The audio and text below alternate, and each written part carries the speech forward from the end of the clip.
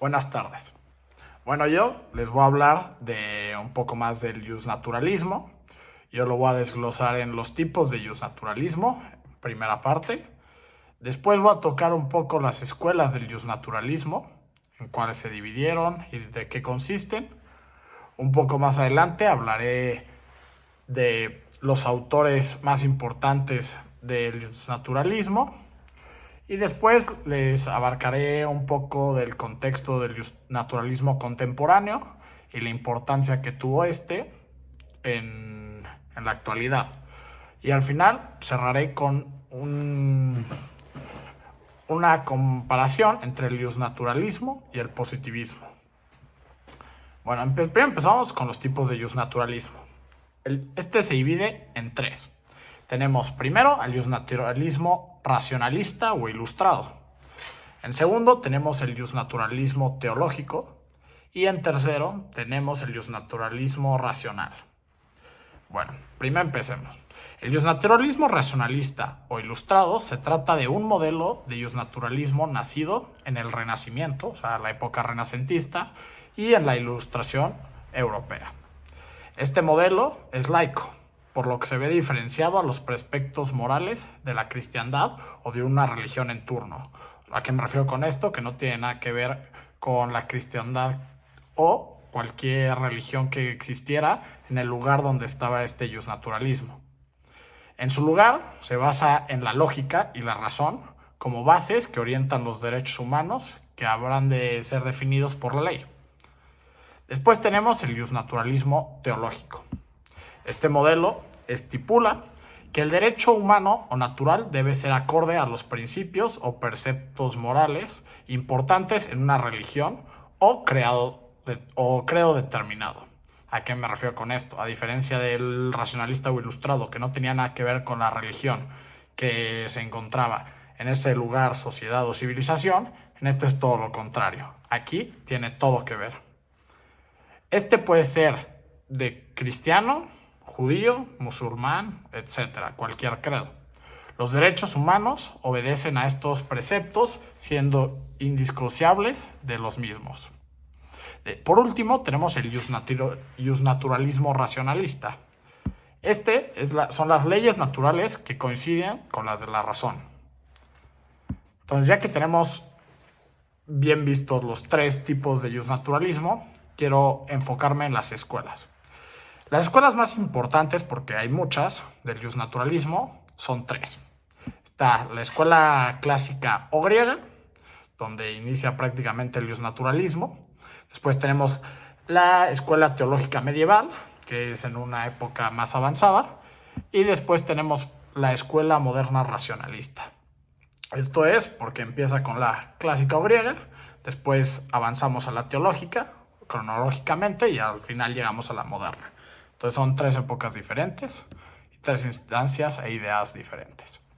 Entonces, en la escuela clásica o griega, esta es de orientación más metafísica. Establecen gran parte de sus postulados partiendo del discurso de Platón y de Aristóteles. Por eso les planteaba que Platón fue uno de los que inició, digamos, el justnaturalismo. Entonces, desde los inicios, aquí es donde se ve este derecho. Después tenemos la escuela teológica medieval. Tiene una orientación más teológica, más basada en los preceptos morales de la cristiandad. Esta escuela basa su discurso en los postulados de las Sagradas Escrituras. Y aquí entra a tomar papel Tomás de Aquino. Así como en el pasado Platón y Aristóteles, aquí en el teológico medieval, uno de los escritores más importantes es Tomás de Aquino, del cual les hablaré posteriormente. Por último, tenemos la escuela moderna racionalista. Esta es de un corte más laico. Este modelo abandona la religión, como estaba en la teológica medieval, y se basa en la razón, para determinar así los derechos que le son inalienables a los humanos. ¿Esto a qué se refiere? Que no te los pueden quitar con nada, ninguna constitución, ninguna legislación. Ahora sí vamos con los autores. Los autores más importantes, la verdad es que hay muchos autores en el justnaturalismo, la verdad no podríamos casi ni contarlos, pero dentro de estos hay unos que destacan mucho más que los demás. En estos yo elegía Aristóteles, Séneca, Tomás de Aquino y Hugo de Grocio. Seguramente ya los han escuchado, y si no, no se preocupen, les voy a dar una breve introducción y un contexto de cada uno para que pues los entiendan en qué cultura y época vivieron y lo que hicieron un poco. Empezamos con Aristóteles. Aristóteles fue un filósofo y científico de la Grecia antigua. Es considerado como una de las mayores figuras intelectuales de la historia occidental.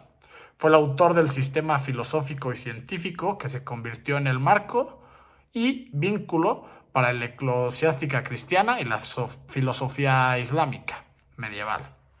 Incluso después de las revoluciones intelectuales del Renacimiento y la Reforma y la Ilustración, los conceptos aristotélicos permanecieron incrustados en el pensamiento occidental.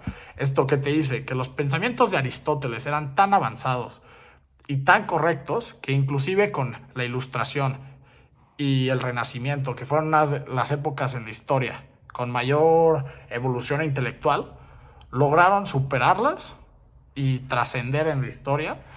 Entonces esto nos habla de la capacidad de Aristóteles en hacer cuestiones filosóficas. Luego, el rango intelectual de Aristóteles era enorme, como ya les mencioné, principalmente en el campo de las ciencias naturales y de las artes. Después, ahorita les voy a hablar de Séneca.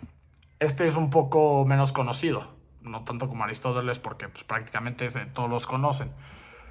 Pero bueno, Séneca es considerado una de las figuras principales de la filosofía estoica, por eso no se conoce tanto. Sus ideas han servido de ejemplo e inspiración para importantes filósofos, intelectuales y pensadores religiosos.